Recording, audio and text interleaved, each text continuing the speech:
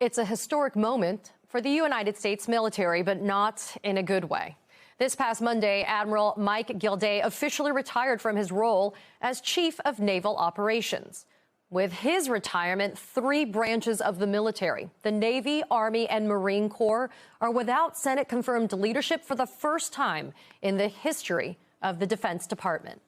These vacancies are courtesy of Republican Senator Tommy Tuberville, who, since February, has blocked more than 300 nominations due to his objections to the Pentagon's policy of covering travel costs for service members seeking abortions. Defense Secretary Lloyd Austin spoke Monday about the dangers of this blanket blockade. This is unprecedented, it is unnecessary, and it is unsafe. And this sweeping hold is undermining America's military readiness.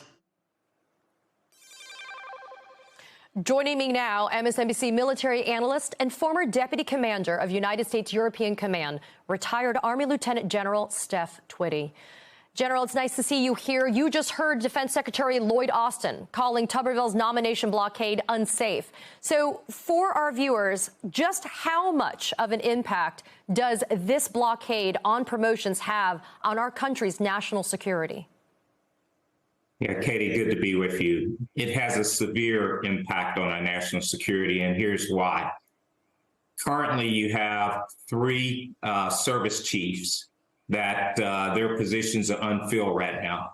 Now you have the vice chiefs who are due to fleet up in those positions. They have not been confirmed yet, so they're acting as acting chiefs currently. In their role as acting chiefs, they're also acting in their current roles as the vice of those positions. So they're dual-hatted at this point in time.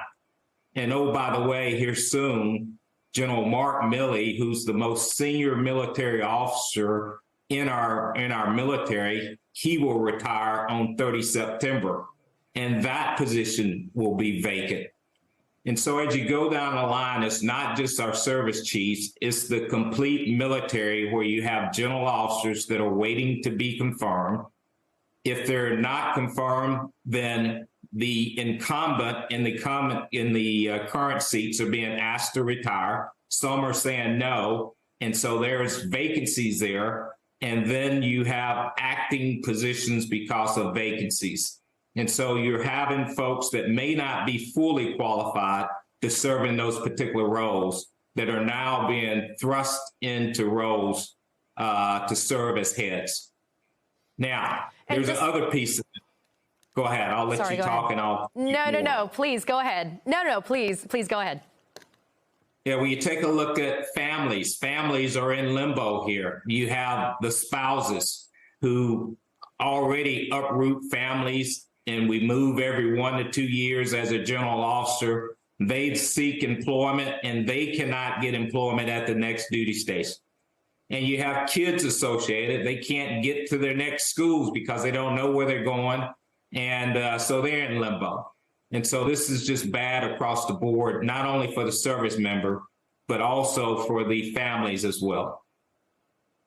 I'd like you to take a very quick listen to Senator Tuberville himself being unapologetic, despite the risk to national security and all of the kind of domino effect that it can have all the way down the line. He's unapologetic about the blockade, and he said this in an interview last week. Take a quick listen. I think we'll even build more support as time goes. I'm not changing my mind. Schumer said yesterday he wasn't changing his mind.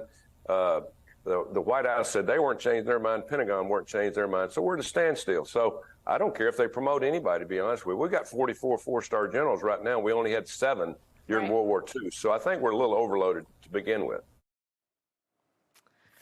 I mean, he says we're, quote, overloaded with 4-star generals, but at the same time, he claims that nobody is more military than me. Let's take a fact check here. Tommy Tuberville has 0 military service. So what is your response to the ability of somebody like Tommy Tuberville to actually have such a massive impact on what happens in our armed services?